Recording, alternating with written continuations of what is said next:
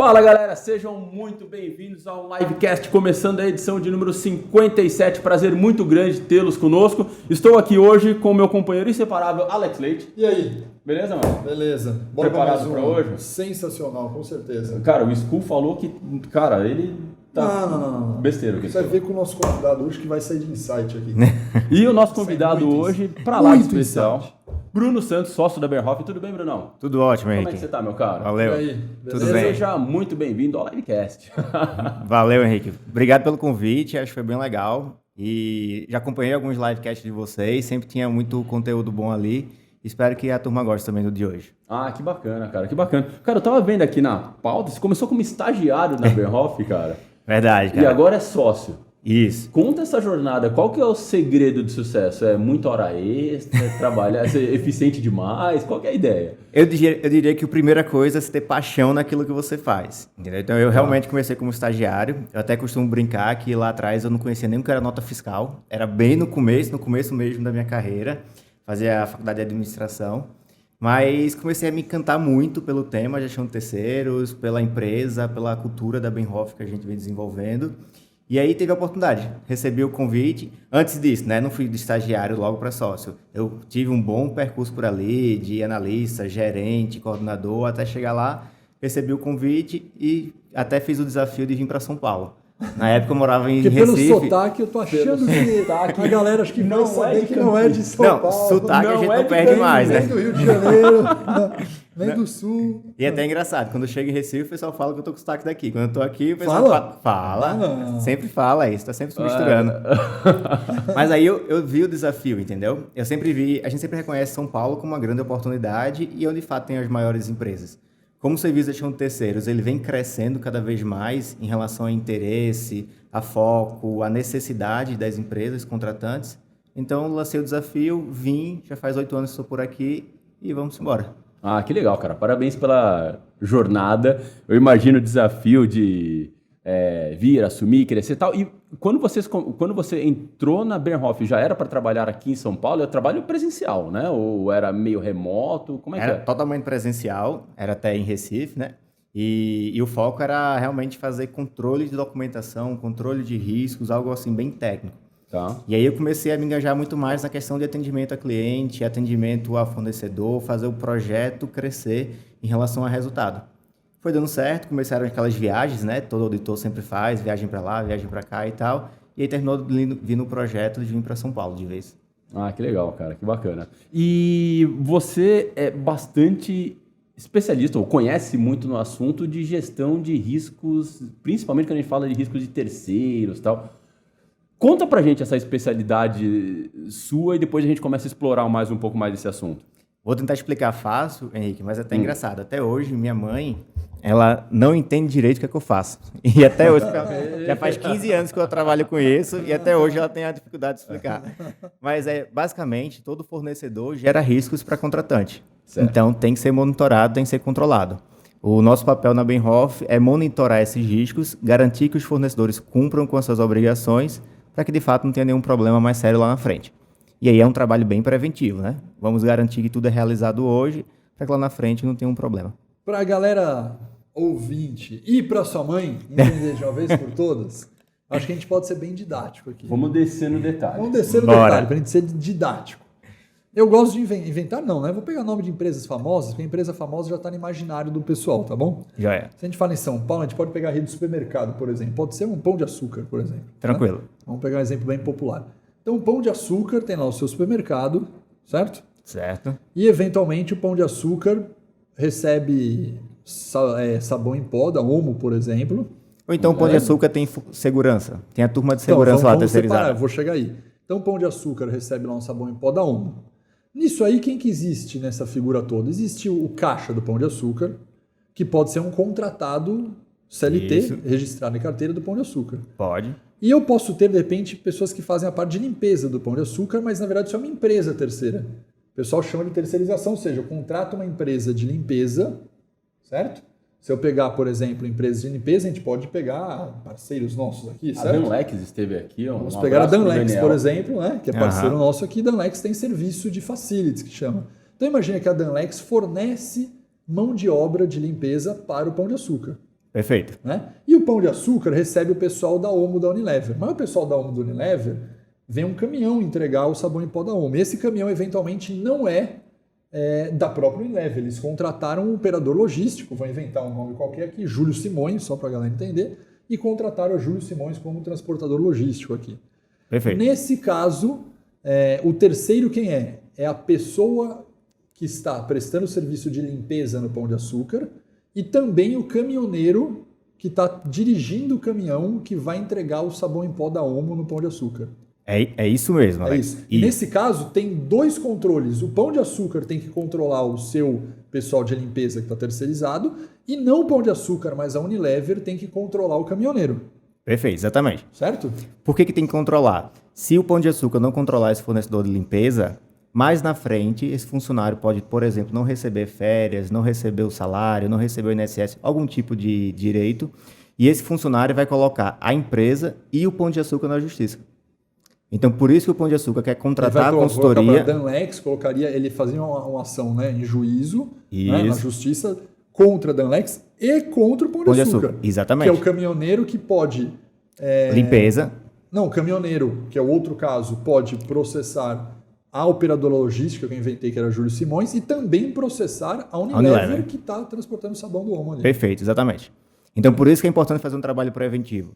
Se mês a mês a gente, na análise de documentação, no controle de fornecedor, verifica que tanto o caminhoneiro como também o serviço de limpeza recebem todos os seus direitos, garante que tudo está redondo, funcionando, lá na frente aquele funcionário não vai ter motivo para colocar nem a Júlio Simões e nem a Unilever na justiça. Entendeu? Perfeito. Então é um trabalho preventivo muito forte nesse sentido. Quer dizer, então, que garante 100%? Claro que não, a gente está no Brasil, né? A gente sabe que no Brasil o risco é lá em cima e se tem a cultura de processo trabalhista muito forte.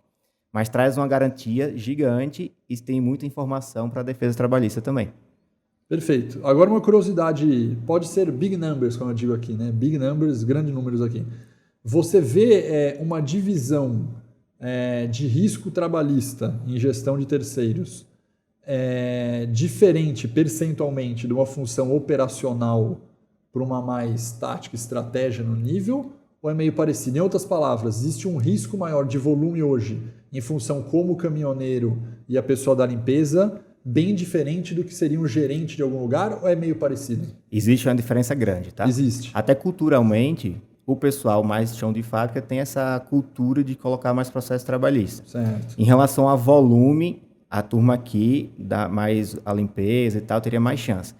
Porém, em relação a valor, quando um gerente coloca um processo trabalhista, só um, o valor normalmente é muito mais alto e corresponde a vários processos de uma pessoa de salário mais baixo. Um gerente aqui paga 10 da operação, mais ou menos, ali. Por aí. Porque o salário é maior, né? Então, teoricamente, você tem riscos e o tamanho do processo é muito maior. Mas uma curiosidade que eu tenho, né? Quando vocês começaram lá atrás na Bernhoff, você entrou, já tinha essa visão de monitorar o risco de terceiros? Quando que você começou com essa visão?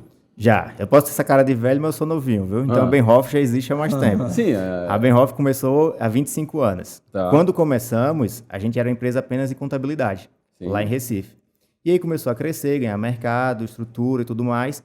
E aí em 2003 surgiu uma licitação da Petrobras, ninguém prestava esse serviço na época, e a gente participou dessa concorrência. Ganhamos, começamos a fazer, e desde 2013 a gente começou a se encantar cada vez mais. Então, se eu volto lá atrás, tudo começou por causa disso. Entendi. E demorou para as empresas realmente perceberem a necessidade de fazer esse controle. Então, eu diria que mais ou menos aí, 2003 até 2008, 5 anos, a gente tinha um cliente só, que era a Petrobras. Depois é que as empresas começaram a dizer, poxa, eu realmente tenho muito fornecedor e tenho muito problema com meus fornecedores. Então, vale a pena acompanhar de maneira mais ativa. Então, aí você trouxe seguindo nessa linha, eu imagino, como é que vocês faziam da Petrobras, cara?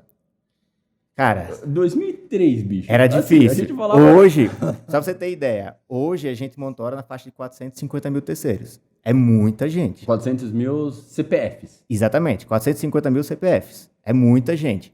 Tá. E hoje a gente tem um time, sei lá, vou chutar aqui uns 200 analistas, tá? Quando eu volto no tempo, e a gente analisava lá, sei lá, 10 mil, a gente tinha, sei lá, 40 analistas, muito mais. Por quê? Antes era tudo no papel. Antes a gente recebia a documentação no papel, Era tinha tudo umas coisas mato. que chegavam por e-mail, era uma confusão, entendeu? E alguém queria algum documento, eu preciso do cartão de ponto de João.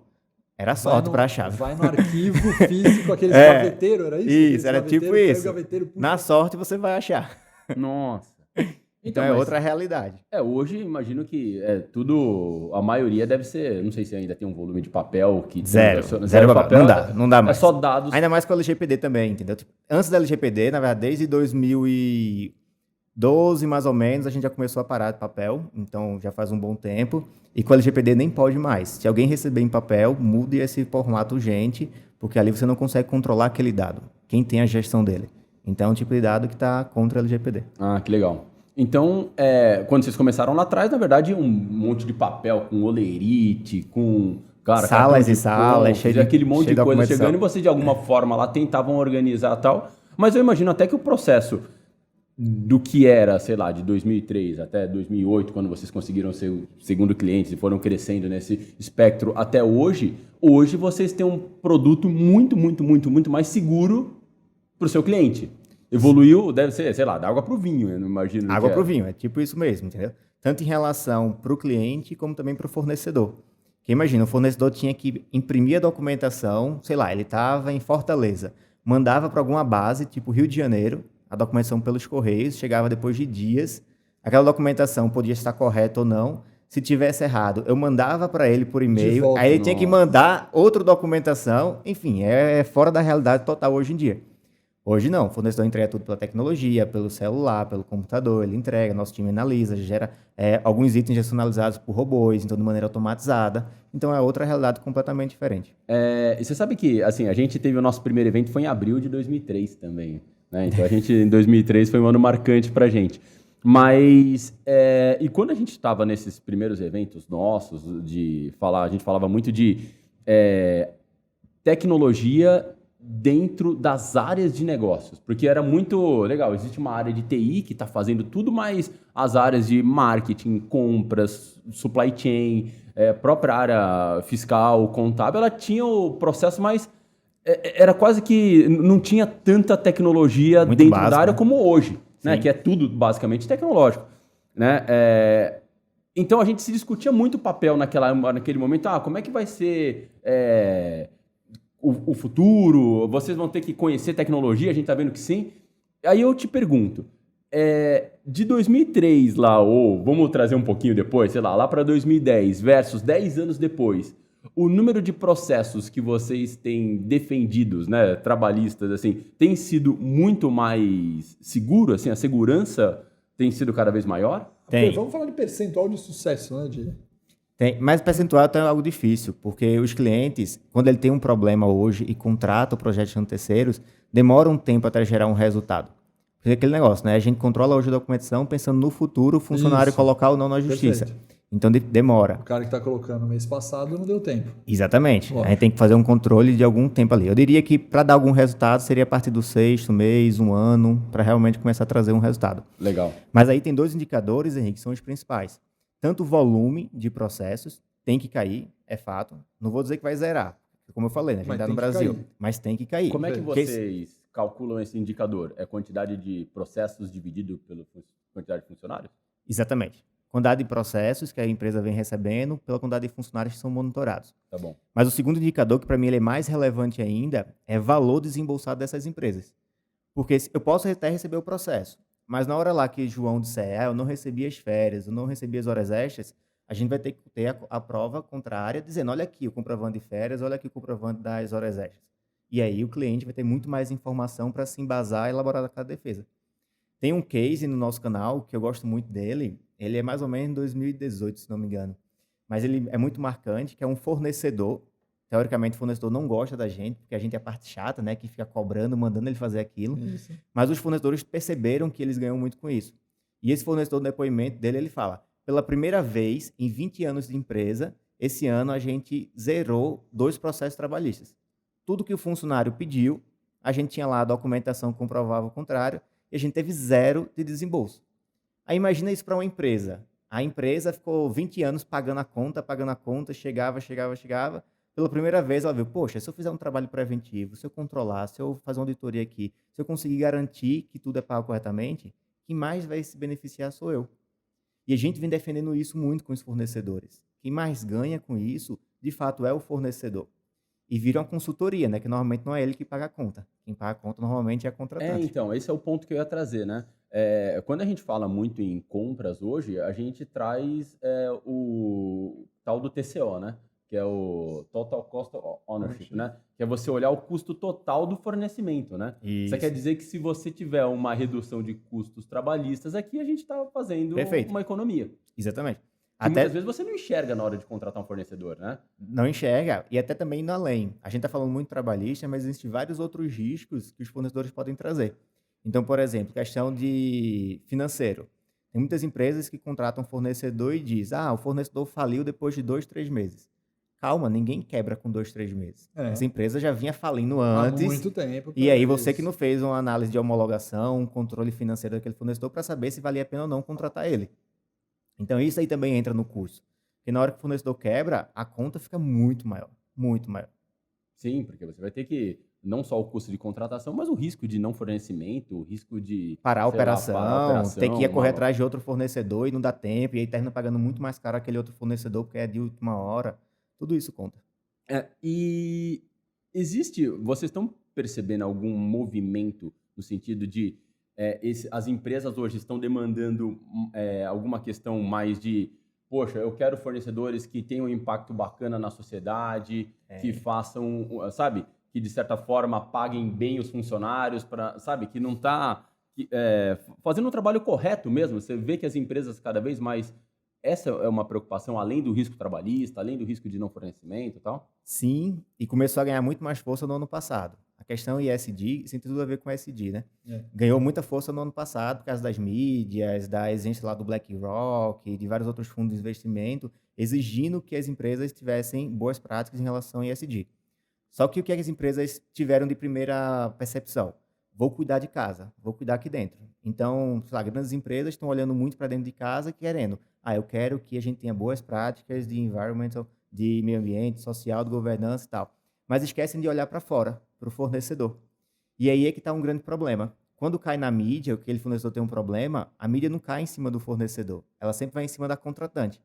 E a gente vê direto, empresa tal tem trabalho escravo, empresa tal tem problema tal. Principalmente você falou em ser a contratante, acho que mais do que a contratante, em cima da marca famosa, né? Da marca famosa, que mídia que é audiência, né? Isso. Aí se coloca uma empresa pequena, ninguém vai dar atenção àquele dali. Da marca famosa. Pode até ter essa empresa contrata outra, pouco importa, né? Mas aconteceu com Nike, né? Zara. Por isso a marca famosa. É muito famosa. A marca famosa Apple, na cadeia né? que mais sofre.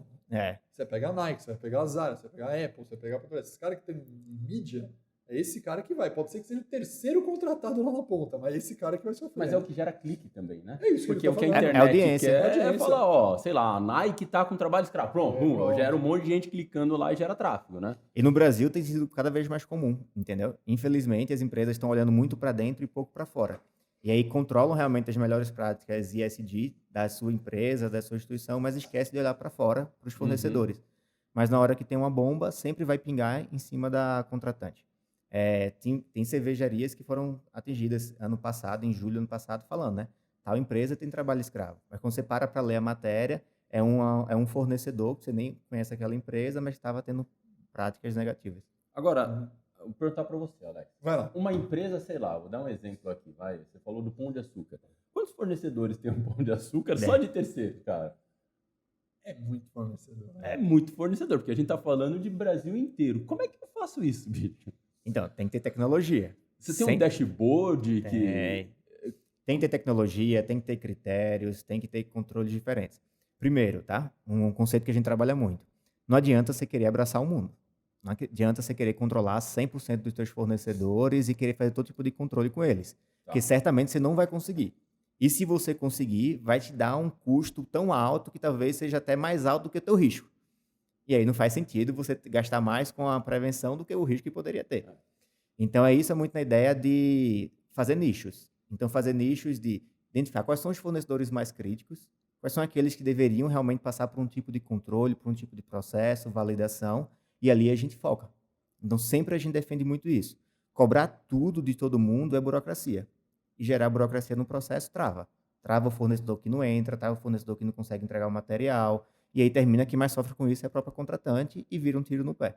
E aí o que você faz é que o seu contratante, na verdade, ele tem um dashboard, é isso? Tem Ou um relatório, BI, gráficos. Isso com gráfico que ele, sei lá, ele acessa lá no computador dele e ele vê os principais fornecedores dele e se tá verdinho, amarelo ou vermelho. Cada fornecedor recebe uma nota, um ranking, e aí é bom a gente definir regras em cima desse ranking. Legal. Então, fornecedores nota acima de X%, eles conseguem ter um pagamento tranquilo, normal. Fornecedores abaixo, eles representam um risco grande, então faz sentido seguir com algum tipo de bloqueio de pagamento. Mínimo, bloqueio de 5%, 10%, não é para ter dificuldade financeira no fornecedor. É só para dar aquela apertada, né? A gente sabe como é o brasileiro. A gente aperta um pouquinho ali e a turma engaja muito mais, entendeu? Eu já ouvi casos, e isso é muito real, de cliente falar, eu fiquei 8 meses pedindo a documentação e informações para esse fornecedor, e ele não me enviou. Bloqueei o pagamento, em uma semana ele entregou tudo. O que estava faltando para aquele fornecedor ali? Motivação. E aí, uma boa motivação, apertar um pouquinho. Dá que puxar de orelha. Um pouquinho. Entendeu? Que também tem empresa que quer bloquear 100% do pagamento do fornecedor. Aí pode quebrar o fornecedor, entendeu? E se quebrar, não está correto, vira um tiro no pé, termina que o cliente tem que assumir depois toda aquela conta. Entendi. Então, 5%, 10% é mais do lucro do fornecedor ali, aperta, ele recebe dinheiro, ele continua pagando as suas obrigações, paga os salários, encargos, os custos. Quando for resolvido, aquele valor é liberado. Eu estava conversando com o Daniel, da Danlex, que é uma empresa de, basicamente, terceirização de mão de obra também, e ele trabalha muito no conceito de limpeza especializada, sabe? Então, quando tem alguma limpeza técnica e tal, ele trabalha muito nesse conceito. E um dos pontos que ele trouxe aqui na nossa conversa foi a dificuldade trabalhista, sabe? Como a legislação, muitas vezes, não nos protege no sentido de não ser muito clara, né? E ele estava falando de, por exemplo, terceirização da atividade fim. Pode. Isso é bem polêmico. Mas é bem polêmico. Como que pode agora já não pode ou não vai poder, né? Se, sei lá, o Lula falou que se entrar não vai poder. Cara, como é que trabalha com essa insegurança toda? Então, é bem difícil mesmo, tá? A gente está bem em discussão desse negócio de política, quem vai ganhar, se vai realmente desfazer a reforma ou não. Eu acho muito difícil, até mesmo porque essa questão de liberar a atividade fim foi uma equiparação a países de primeiro mundo. Uhum. Isso é super comum nos Estados Unidos, até na América Latina aqui, o Chile também torna isso muito comum. Então faz sentido. O mais importante é garantir os direitos, é garantir que as coisas estão acontecendo. Eu penso assim também. E a legislação ela trouxe algumas travas importantes. Por exemplo, eu não posso demitir toda a minha cadeia de funcionários ali e terceirizar tudo de uma vez. Não pode. A legislação dá um limite. Você só pode contratar um funcionário, um ex-funcionário que foi demitido depois de 18 meses. Então, tem travas para evitar isso. As empresas não vão querer demitir todo mundo e contratar de uma hora para outra, entendeu? Uhum. Mas, de fato, precisava de uma atualização como essa. Agora, ninguém sabe o que vai acontecer, né? Se realmente vai voltar, não vai. Porque as empresas ficam numa insegurança muito forte, né? Fica. Vou para uma linha de terceirização... ou o que eu tenho de terceirização está adequado, vai funcionar, sei lá, depois das eleições, e aí já essa insegurança que gera você não sabe o que fazer, né? Você fica fica inseguro, né, Alex? Não, fica inseguro e a loucura disso tudo é pensar que o próprio fornecedor não se preocupa com isso no primeiro momento, né? Não, porque ele quer mais fornecer o serviço realmente, ele está muito engajado em conquistar aquele cliente. Isso é muito louco, porque parte da lógica da cultura poderia ser a empresa, como é o caso do Pão de Açúcar, fala, não, o Pão de Açúcar contrata o cara que faz isso, né? Uhum. Ele já tem o controle, ele garante. Não, o Pão de Açúcar precisa, por essa insegurança tamanha, o Pão de Açúcar não confia no cara que ele contrata e manda fiscalizar o cara que ele contrata para não ter risco para ele. Por causa da insegurança jurídica. E não é uma culpa exclusiva do fornecedor, né? Não, é uma culpa que, cara, o efeito vem em cadeia. É o processo como um todo. É um processo que gera uma insegurança muito grande. Você nunca sabe onde pode acontecer o negócio, né? Então, mas se a gente até voltar, pegando um pouco mais de conceitos antes, né? Voltando na história aí, a terceirização surgiu nos Estados Unidos, muito na ideia de ter uma mão de obra especializada. Então, eu preciso contratar um jardineiro. Eu quero alguém especialista em jardineiro, ele vai lá, faz o serviço e sai. Ponto. Só que quando chegou aqui no Brasil, veio muito com a ideia de reduzir custo. Não foi na ideia de ter mão de obra especializada. E aí, nessa ideia de reduzir custo, as empresas terminam apertando muito o fornecedor aperta, aperta, aperta, uma hora a conta não fecha, a empresa quebra e o risco é todo da contratante. Então, por isso é importante você fazer esse controle de gerenciar os riscos para entender quem é o fornecedor que está dando indício que ele pode quebrar em algum momento. E aí, se ele começar a dar algum indício, a contratante tem que fazer um trabalho preventivo já para trocar aquele fornecedor. Porque senão, rapidamente a empresa pode quebrar e aí vem uma conta gigante para pagar. Agora, mudando do tema específico, acho que ficou bem. Agora acho que sua mãe já. Entendeu bem, né? Agora a mãe já Espero. entendeu, agora já sabe o que a gente faz aqui, tá tranquilo, tranquilo. Vamos pensar o seguinte: você acabou comentando um negócio que é primordial, que é tecnologia. Sim. Tá? Vamos entrar um pouco nessa seara de tecnologia, ver como foi esse desenvolvimento e quais são as tecnologias hoje que estão mais avançadas nisso aí. A gente fala muito hoje de inteligência artificial, fala de IoT, chega a falar de blockchain. Eu quero ver o que vocês já têm hoje de funcionar de tecnologia e como que isso deu velocidade e escalabilidade para o negócio. Joia. Primeiro, é um grande desafio. Pensa o seguinte, cada fornecedor é um RH diferente, tem os seus sistemas, tem o seu layout de folha, layout de cartão de ponto, layout de ASO e por aí vai, qualquer documentação. Não existe padrão nenhum. Tem fornecedor que entrega com uma boa, bem legível, uma boa qualidade daquele arquivo. Tem fornecedor que não. É um documento que você, para ler, você tem muita dificuldade. Então, é um desafio gigante com isso. E aí, a gente está conseguindo avançar muito bem em relação à inteligência artificial e leitura OCR. É realmente extrair os dados daquela documentação e começar a cruzar aquilo dali. Vamos explicar para o nosso ouvinte o que é OCR, né? OCR, quem aliás, tem um iPhone atualizado. Aliás, o OCR é uma das tecnologias que, cara, já existe há mais de 20 anos, né? Sim, sim. Ela ficou boa agora, mas já existe há muito tempo. O que é OCR? OCR é leitura de documento. Então, ele vai conseguir extrair aqueles dados, entender a documentação, extrair o que está escrito ali e a gente vai trabalhar aquela informação. Vamos dar um exemplo tangível para a galera do OCR. O exemplo é, se eu tivesse uma folha em papel impressa, Isso. eu consigo colocar um reconhecimento via câmera, com alguma câmera ali, eu consigo ler aquele texto no papel impresso e colocar aquilo digitado dentro do computador e eu consigo pegar blocos daquela informação, identificar aquele, por exemplo, está falando nome, está falando CPF, tudo que está no texto, salário, tudo que está no texto meio corrido, e ele consegue colocar o campo salário em um lugar, texto em outro, nome em outro, é isso, né? Exatamente, ele estrutura toda a informação do documento. Perfeito. E uma vez a informação estruturada, a gente agora tem que combinar as informações para validar. Então, como é que funcionava o processo antes? Eu recebi uma folha de pagamento, eu recebi um comprovante de pagamento de salário. Eu tenho que cruzar ali, realmente o líquido bate com esse líquido aqui? A informação está correta? Com a leitura OCR, inteligência artificial, está indo para outro nível. O robô é quem faz isso. E antes, era muito na ideia de amostragem, né? Então, tipo, você imagina pegar uma folha com 1000 funcionários. Não é Pega fácil. 100, olhe lá. Bem menos, entendeu? Porque senão termina ficando muito custoso 20, ali. Entendi. Normalmente por aí. Agora não. Agora com o OCR, o robô faz 1000 funcionários, 100%. Faz 100% Entendeu? da amostra. E Não o tem mais esforço é o amostra, é mesmo. 100 isso agora, O né? esforço é o mesmo. Agora a amostra é a população completa, na verdade, não a amostra. Isso. Então esse é um grande ganho. E agilidade, né? Porque também para uma pessoa analisar a documentação ali, é um tempo que ela precisa, concentração e tal. Para um robô analisar, em pouco tempo ele já consegue entregar. E Mas nisso- chega informação impressa, assim? Você falou que era tudo digital. Onde chega a necessidade? É alguma coisa que um cartão que o cara assinou? Alguma coisa? São vários documentos, mas, por exemplo, é um cartão de ponto em que ele registrou lá as horas de entrada, as horas de saída. Ele assinou que a legislação exige isso e esse cartão de ponto vai para análise. Entendi. E aí, na análise, o OCR pode ler e gerar Ok. um feedback. Entendi. É que não vem um arquivo, vem um cartão mesmo. Vem um arquivo. Porque se você... Não, eu acho E que tem o que que ele ter falou é arquivo. interessante. Ele falou interessante. Na verdade, o louco é, de acordo com a empresa, fornecedor, tem um cara que deve ter cartão de ponto no cartão Manual, perfurado. tem gente que é biométrico. Tem gente que é biométrico, tem gente que tira fotinho, tem gente que assina o ponto, tem gente que vai via aplicativo. Então, E mas é que eu todos imaginei esses formatos ele precisa traduzir de uma maneira única, né? Isso. É um grande desafio. É. Tanto é que ainda tem muita coisa ainda manuscrito. Então, o cartão de ponto que ele registrou lá na mão, horário de entrada, horário de saída, a gente não conseguiu validar ainda. Por quê? É um grande desafio você ensinar o robô a reconhecer milhares de letras diferentes. Entendeu? Então, tipo, isso é incrível. Nossa, que muito louco. Eu fico imaginando... E eu já acho meio mágico com o iPhone, né? Que atualizou agora, que você tira uma foto do... Sei lá, você tá tendo um texto, você tira uma foto, E ele Ctrl+C, reconhece, né? Ctrl+V, né?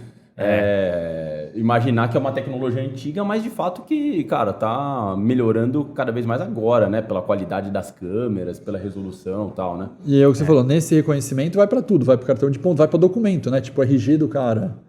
O RG é até mais fácil, porque o RG tem um padrão. Então, quando sim. tem um padrão, termina ficando muito mais fácil. Mas também vai por reconhecimento de imagem. Também. Toda documentação. Como são reconhecimento documentos... facial faz alguma coisa de comparar facial com alguma coisa? Ou não? Ainda não. Mas isso aí está no backlog. Um ponto que é interessante é que o volume é muito grande e a gente precisa ter agilidade. Pensa o seguinte, a gente está falando só da parte trabalhista, mas tem outra parte que é a parte de segurança do trabalho. Que enquanto o funcionário não tiver a documentação validada, o cliente não deixa ele entrar. Porque, por exemplo, vamos pensar aí na Nestlé. A Nestlé ela vai contratar um funcionário para trabalhar em altura. Se aquele funcionário se acidenta, a responsabilidade é toda da Nestlé. Isso. Então, antes daquele funcionário entrar, ela tem que garantir. Esse funcionário realmente está apto para prestar esse serviço? Ele tem o curso de certificação, exatamente, ele tem treinamento de altura. Se ele não tiver, ele precisa comprovar, fazer aquele treinamento para depois conseguir entrar.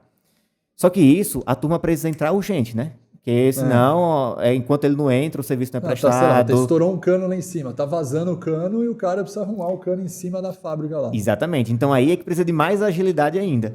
Só que aí é mais difícil ainda, porque existe menos padrão da documentação. Então é um desafio gigante fazer isso. Eu conversei nesse papo que a gente teve com o Daniel, ele contou um caso interessante de...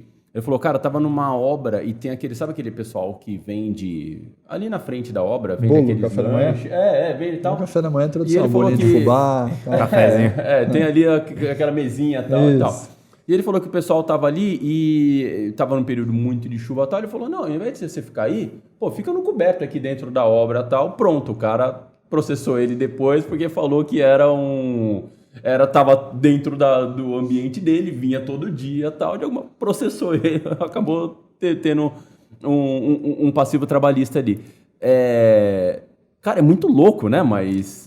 Isso é meio bizarro, entendeu? Eu já vi algumas histórias, e isso é bizarro, por que acontece isso? Esse funcionário, o carinha do bolo, ele sabe que essa empresa não tem controle de documentação, que qualquer um pode ficar ali. A partir do momento que o funcionário ele percebe essa fragilidade no processo, ele sabe que ele tem grande chance ali de ganhar um dinheiro fácil, entendeu? Sim. Então termina fazendo. Eu já vi alguns casos bizarros, por exemplo, o João, isso foi no interior da Bahia, faz uns 8 anos mais ou menos. O João prestou serviço numa empresa contratante e tal, tudo certinho. Só que o João foi lá, colocou na justiça e ganhou. Aí o que ele fez? Avisou para o primo, avisou para o irmão, avisou para o cunhado, que ninguém nunca tinha prestado serviço ali naquela contratante. Ninguém. Mas como a contratante não tinha gestão, não sabia quem eram os terceiros, não sabia quem estava prestando serviço, não sabia nada, esses funcionários foram colocando lá, dizendo que estava prestando serviço para a contratante, ganharam o processo, ganharam a grana e a contratante teve que pagar. Os caras nem trabalharam lá. Não, nem trabalharam. Só apareceram lá. Só descobriram isso depois, porque fizeram toda a investigação e viram que era um advogado que ficava lá incentivando isso, tipo em porta de sindicato, incentivando e começaram a investigar aquele advogado e perceberam isso daí. Caramba. Entendeu? Cara. Caramba. É bizarro, mas existe. Porque se a gente para analisar, Uau. uma conclusão bem simples aqui, né? A gente falou da insegurança jurídica por alguma eventual injustiça contra o funcionário, mas na verdade você tem realmente o fornecedor que erra de fato, né? Para com o funcionário. Sim, sempre tem. Você tem o fornecedor que eventualmente, sem má índole, acabou errando ou não sobre coisas polêmicas, mas você tem o funcionário mal intencionado, né? Você tem que cercar de todas as opções, né? Porque o funcionário mal intencionado e o externo, nesse caso, que nem funcionário era, que é o cara do bolo, né? Nem funcionário era, também tem uma má intenção. Você tem que cercar não só o que você tem hoje, você tem que cercar todo. Por isso que você tem que ter modelo. todo o controle e evidenciar isso. Então, quando você tem um controle de entrada, esse caso aí, por exemplo, você tem controle de entrada quem entra e sai da obra. Você consegue provar isso em juiz e aí você diz, olha, quem entrou nesse dia, nesse período, foi essa pessoa aqui. E eu tenho a documentação, eu tenho um controle.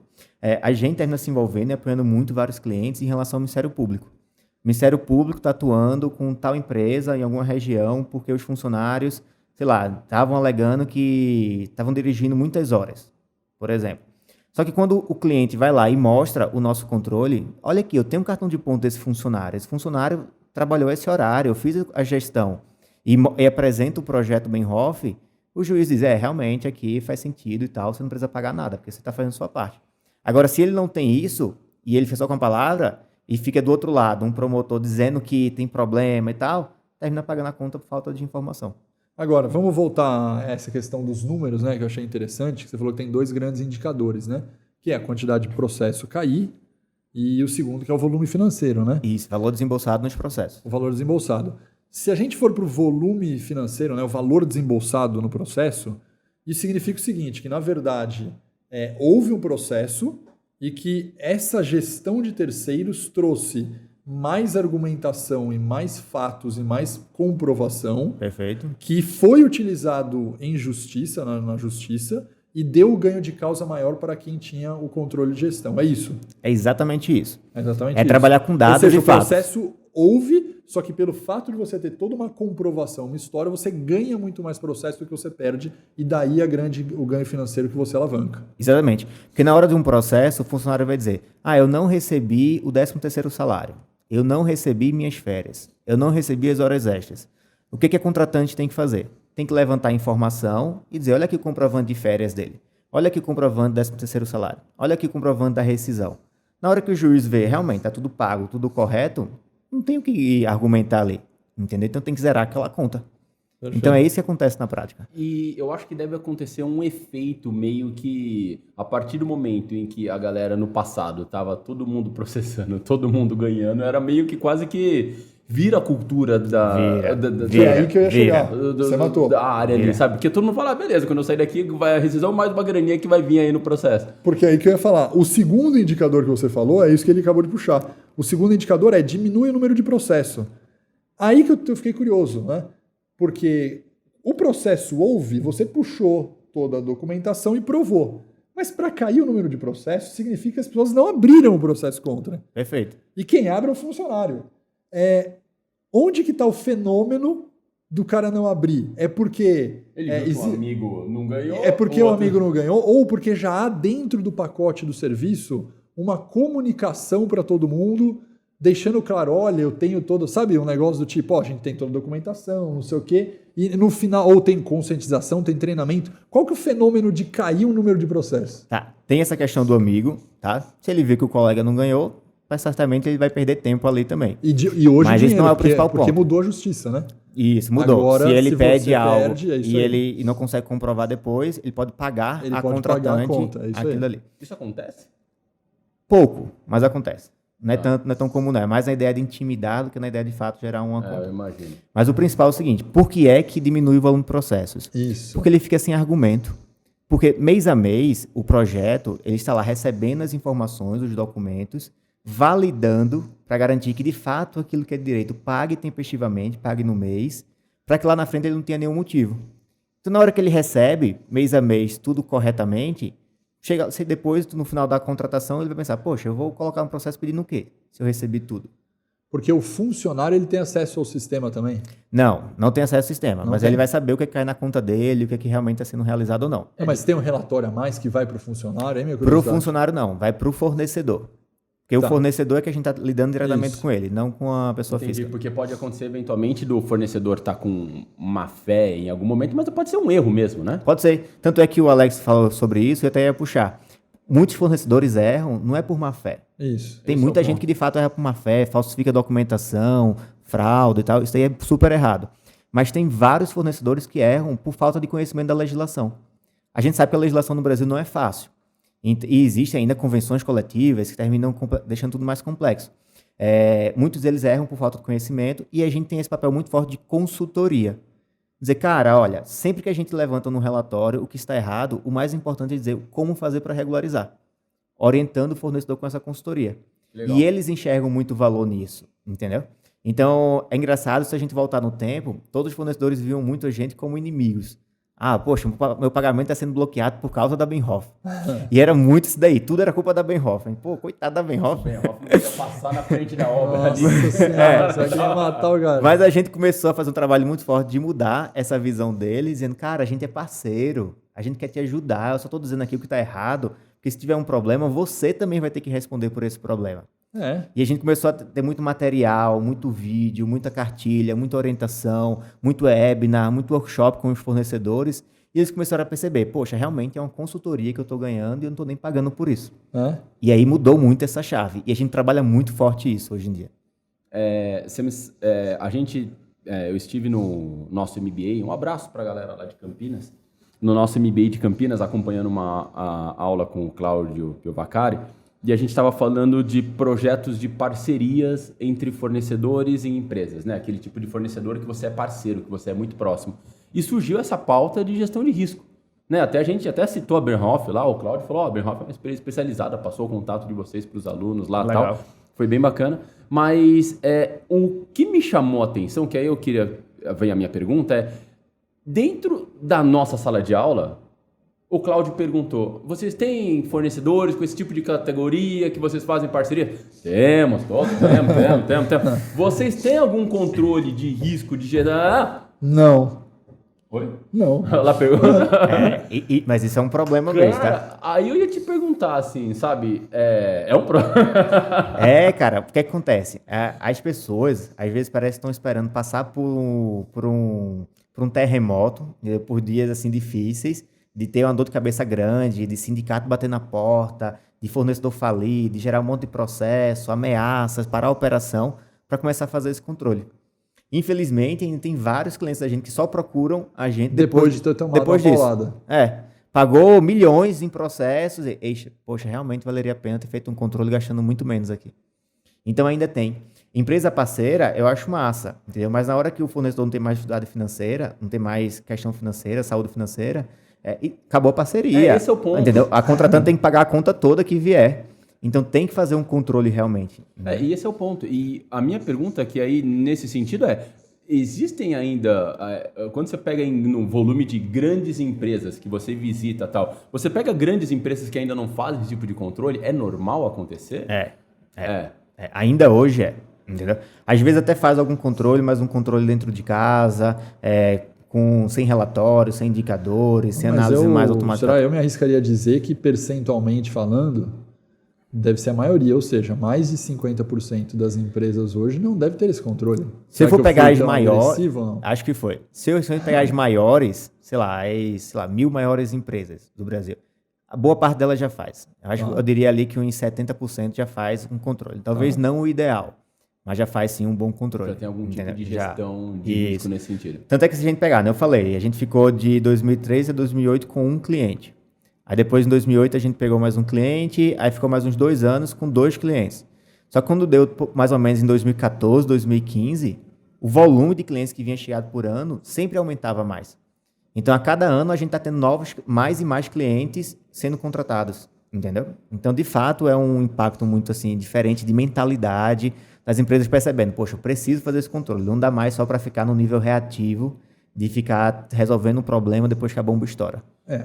E acontece do fornecedor ou da empresa que está terceirizando lá a mão de obra e tal, indicar vocês para empresas? Muito mesmo. É isso que eu ia te perguntar. Porque nessa ideia, né? Facilita, né? Facilita. Cara, o pessoal da Bernhoff aqui já faz esse trabalho. Porque o fornecedor que é correto, o que é que ele percebe? Poxa, eu estou mostrando os meus números aqui, eu estou atendendo, estou saindo bem aqui na fita, e eu vou concorrer com fornecedores que de fato estão pagando os impostos, estão pagando da forma correta.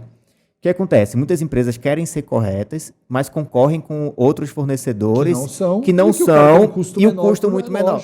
Entendeu? Então, os fornecedores nos recomendam com muita frequência.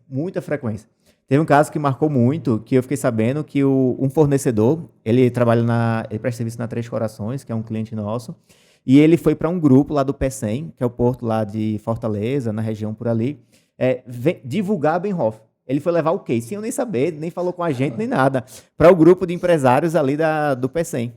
E quando eu fiquei sabendo disso, eu falei, poxa, que impacto, entendeu? Como a gente conseguiu ajudar esse fornecedor, ele percebeu, ele se destacou, ele mostra como ele é uma boa empresa e ele quer passar isso para os outros clientes também. E faz todo sentido. Mas não é fácil que os fornecedores percebam isso. E a gente tem trabalhando muito isso em comunicação. Agora eu quero saber o seguinte, Bruno. Acho que agora é a hora da verdade. Agora é a hora da verdade. Bora. Agora é a hora da verdade. Quem chegou até aqui com a gente está tendo uma aula incrível de Gestão de risco de terceiros fornecedores. Quer saber o seguinte, até que eu achei interessante e me convenci que hoje eu percebi que eu estou com risco na minha empresa.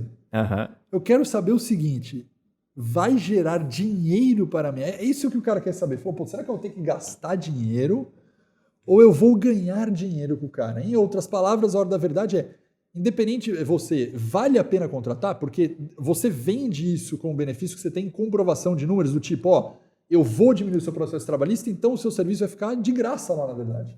Olha, vale, tá? Isso tenho certeza. Até um comentário. Isso é papo de vendedor ou é? Não é. Vou dar um exemplo, tá? Bem prático.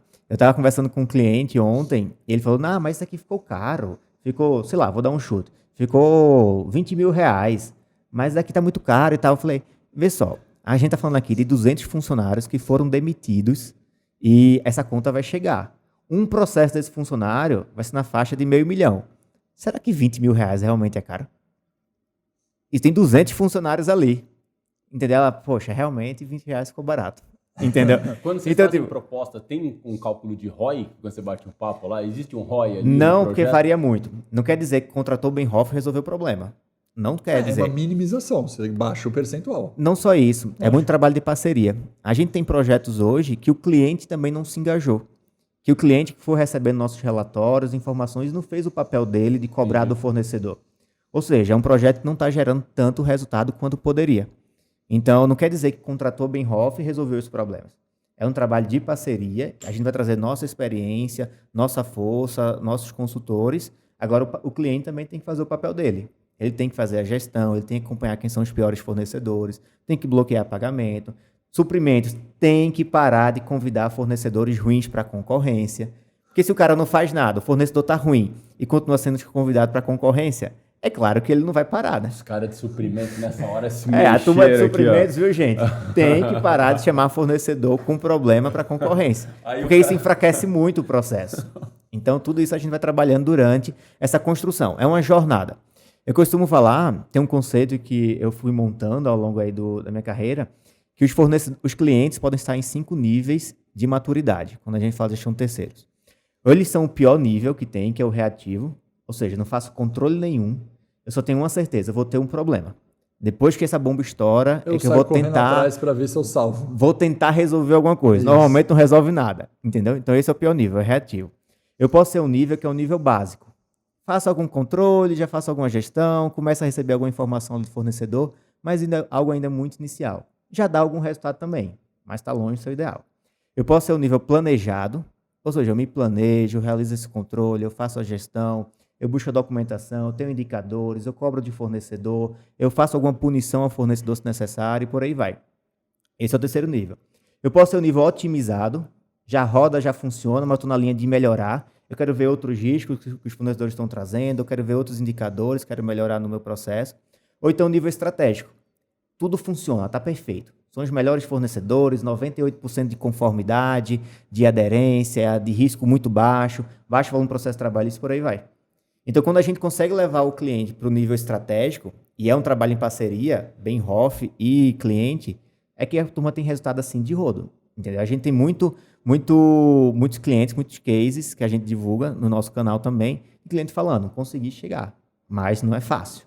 Não pense que em 1 ano de projeto dá para chegar no estratégico, ele tem todo um caminho aí para percorrer. Se ele ele tem que entender qual que é o grau de maturidade deles que você colocou do 1 do 5 e caminhar ali. Caminhar, exatamente. Sentido, Eu sou nível 3, bora mirar primeiro no 4 e vamos fazer um plano de ação para chegar lá. Cheguei, vamos comemorar. Agora vamos mirar no 5 e por aí vai. Você acha que nessa questão de implementação desses níveis de maturidade, as implementações, você vê mais barreira, vou colocar 3 opções aqui, tá?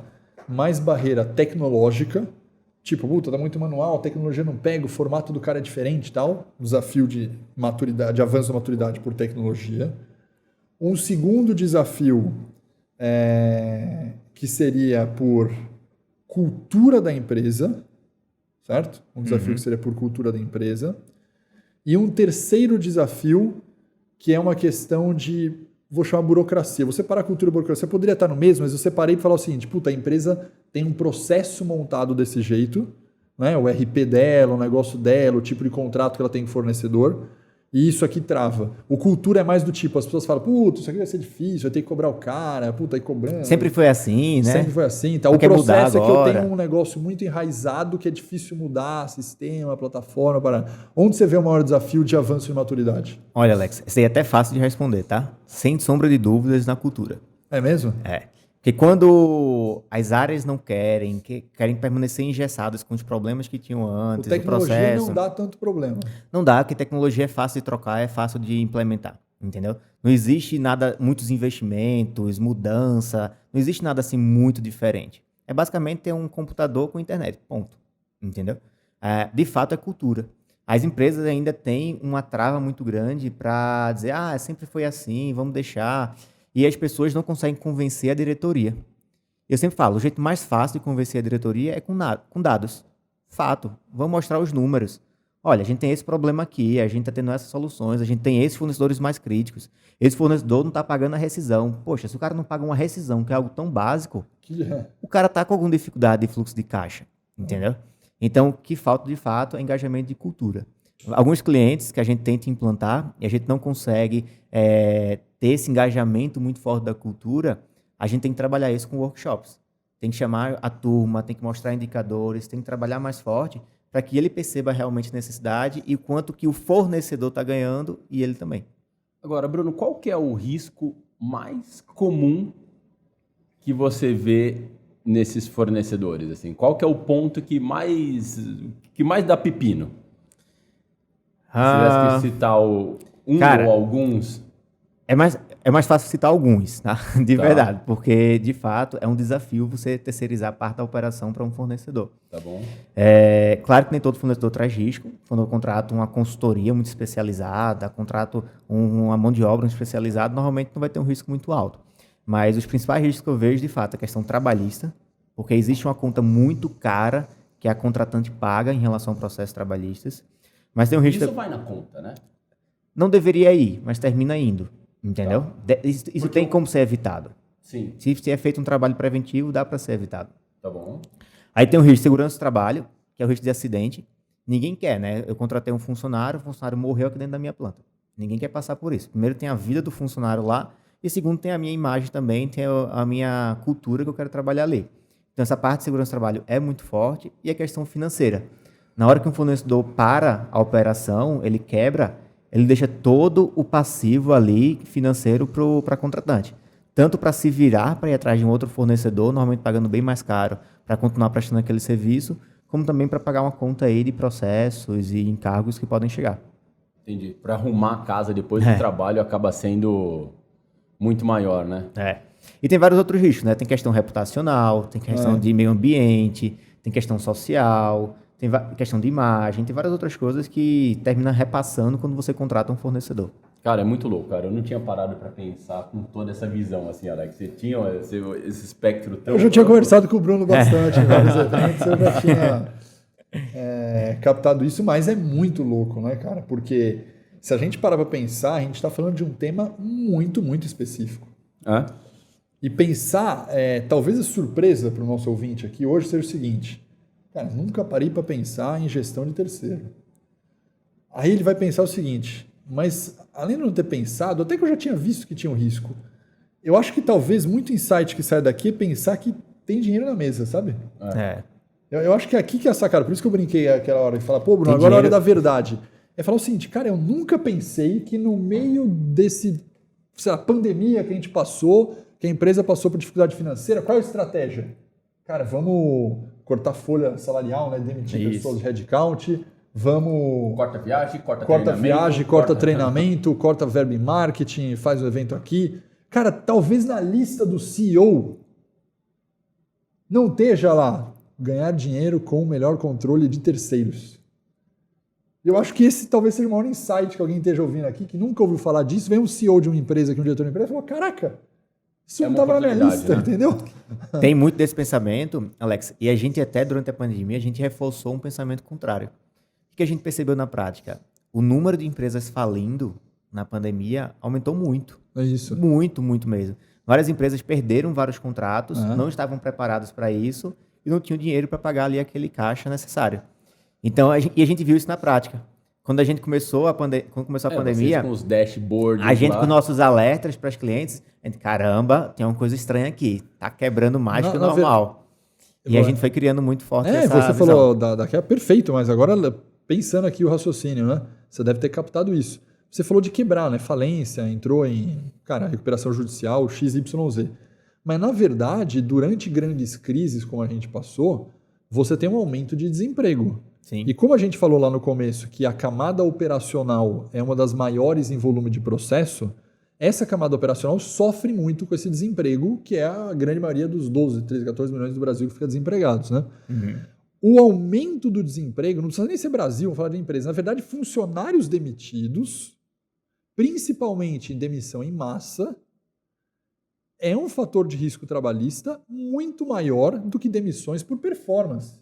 Sim. Isso significa o seguinte, provavelmente quem tinha a Benhoff como parceira na pandemia sofreu muito menos de empresas que não tinham um serviço igual ao da Benhoff na pandemia, porque durante a pandemia a empresa foi obrigada a demitir funcionários e a demissão gera processo trabalhista e você não tinha ainda, não adianta contratar de última hora, porque é o que você falou, precisa de 6, 8, 10 meses ali. Então acredito que tenha muito cliente feliz na pandemia porque tinha o contrato com vocês, né? Tem sim, tá? A gente tem dois tipos de clientes. Tem aqueles que foram muito impactados pela pandemia. Então, lojas, por exemplo, as lojas foram fechadas. Fechadas, Então, aquela operação parou totalmente. Então, essa turma daí, a gente teve um olhar muito mais criterioso. Então, o fornecedor tinha, 50 funcionários. Do nada, demitiu 30. Isso. Poxa, tem uma coisa muito estranha aí. Uhum. Então, a gente foi levando esses indicadores para os clientes, porque isso fez uma diferença. Mas também a gente teve outros clientes, tipo agronegócio. Agronegócio na pandemia bombou muito mais do que já bombava. Então, a gente teve que fazer um trabalho também contrário, de ficar muito mais próximo dos fornecedores, porque eles estavam contratando muito, muito mesmo.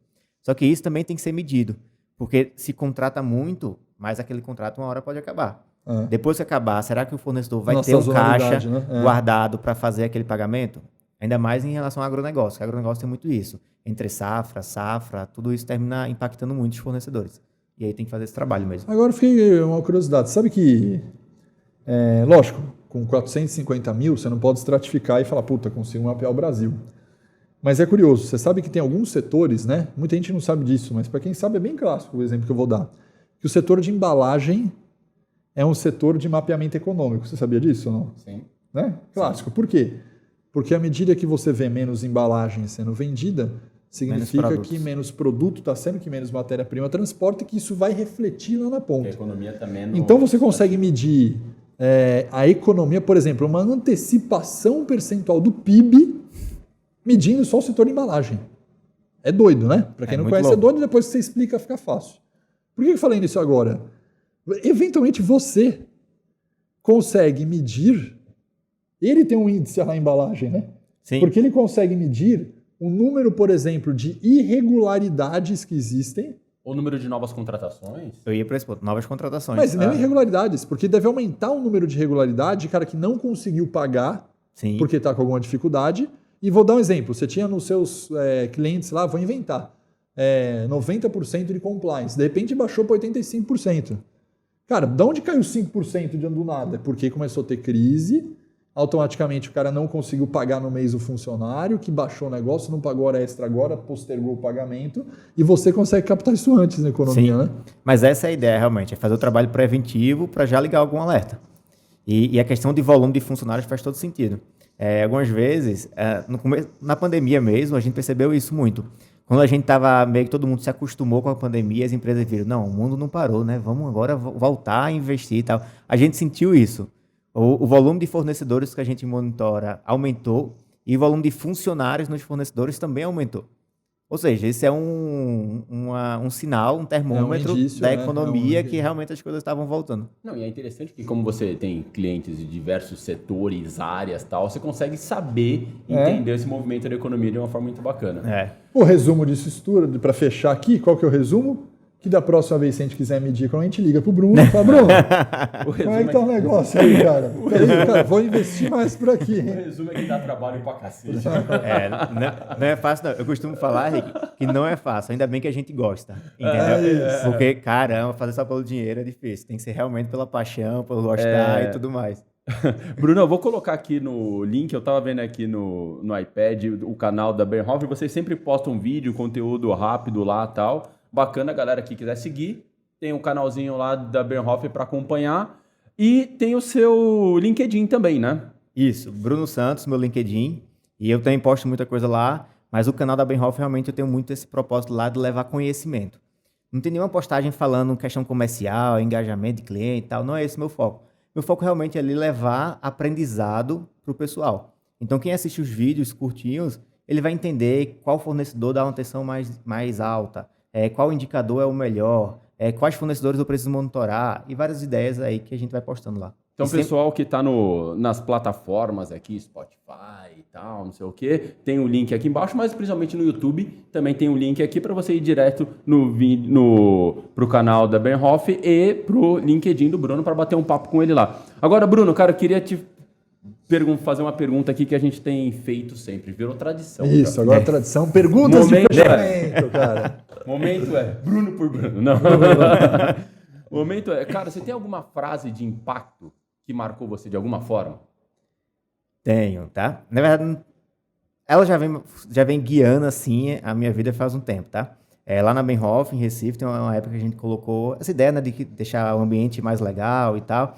A gente colocou uma frase lá do Mandela: eu nunca perco, ou eu ganho ou eu aprendo. Então, essa frase do Mandela virou meio assim que um norte, entendeu? Muitas vezes, quando eu perco alguma coisa dá errado, pô, eu aprendi, o que é que eu aprendi daqui? Então, isso também ajuda muito você superar também as perdas e você vê que realmente está aprendendo muita coisa ali. Então, repete a frase. Eu nunca perco. Ou eu ganho, ou eu aprendo. Muito bom. Boa. Me fala um conselho que você recebeu que, de alguma forma, te marcou esse conselho, sabe? Cara, não é bem um conselho, tá? Mas é uma prática. É sua mãe falando, filho, não é fornecedor, bicho. Não. Teve uma ideia, entendeu? Que eu vi uma vez do Murilo Gun, que essa ideia eu terminei levando muito assim para vários desafios da vida. Ele falava assim: quando você tiver um problema, escreva 3 soluções e delete as 3. Aquelas ali com certeza são as mais óbvias, aquelas não vai te fazer sair do canto, não vai te fazer inovar. Então deleta aquelas 3, a partir da 4ª, 5ª e 6ª você vê qual é a solução que realmente vai resolver o teu problema. É aquela questão de a gente sempre acha que tem problemas fáceis, soluções fáceis e simples para problemas complexos, né? Nunca existe, né? Não existe, entendeu? E se você for sempre na primeira, segunda solução, você vai fazer o mesmo que você já vinha fazendo outras vezes, certamente aquele problema vai acontecer de novo. Então a ideia é você tentar fazer diferente mesmo. Muito legal. Beleza. Qual é uma competência que você acha que todo mundo precisa dominar? Cara, nos dias de hoje, em que tudo muda muito rápido e muito fácil, com certeza adaptabilidade.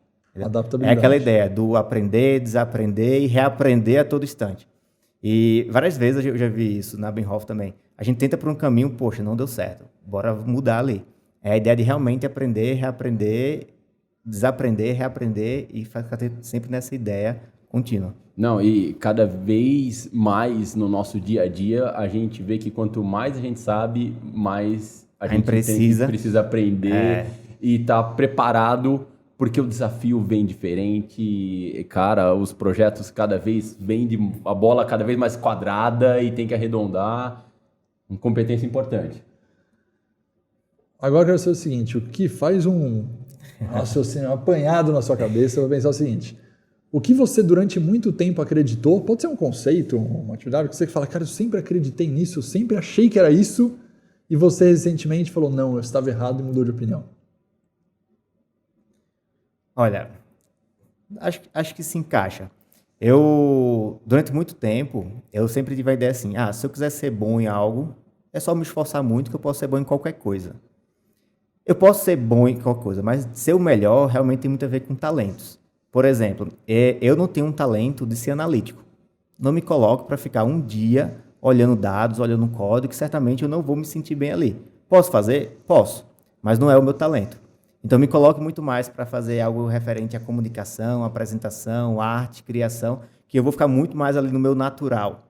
Então, eu acho que essa ideia do insistir em a pessoa desenvolver competências que não são suas naturalmente, isso termina lhe frustrando em algum momento. E eu achava que se você quisesse ser bom em qualquer coisa, se eu me esforçasse, eu iria conseguir. Depois eu disse, poxa, melhor desencanar disso, deixa eu direcionar naquilo que eu realmente posso me destacar e o que eu não posso, vou tentar ali fazer o normal ali, entendeu? Sem querer me destacar muito. Eu gosto disso. Você sabe que essa conclusão aí, talvez por uma casualidade eu tenha descoberto bem antes de você. Eu descobri isso há mais de 20 anos atrás, esse raciocínio. Mas por causa de um livro. Vou recomendar o livro aqui. Qual o livro chama Descubra os Seus Pontos Fortes. Em inglês chama Strengths Finder. Sou fã dele. Cara, e esse livro, você tem uma raspadinha no livro, pelo menos eu fiz há 20 anos atrás. Mas hoje ainda é assim. Hoje ainda é assim. Eu fiz há 2 anos atrás. Você fez? Fiz. Sei meus 5 talentos, dou o maior valor a eles. É isso aí. Aí você faz a raspadinha dele, tem um código no livro, quando você raspa com uma chave a raspadinha, que você faz um teste, um assessment, né?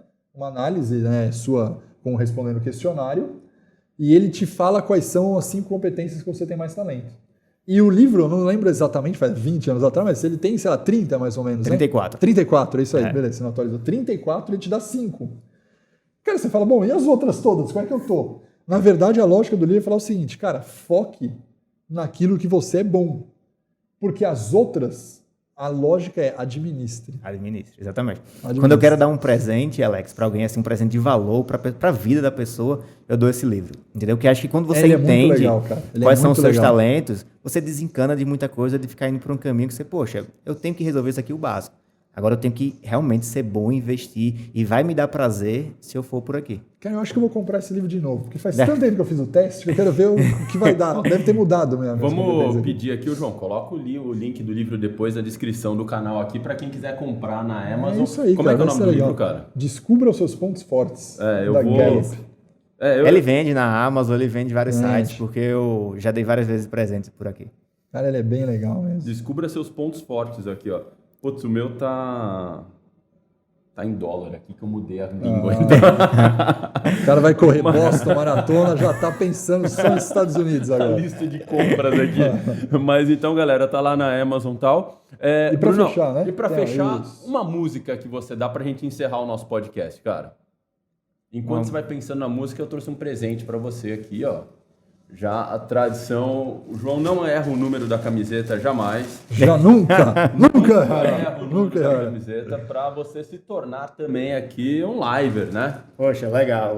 Obrigado, Henrique, obrigado, Alex. Adorei. Agora a música. Eu gosto muito da música Felicidade, do Seu Jorge. Felicidade do Seu Jorge.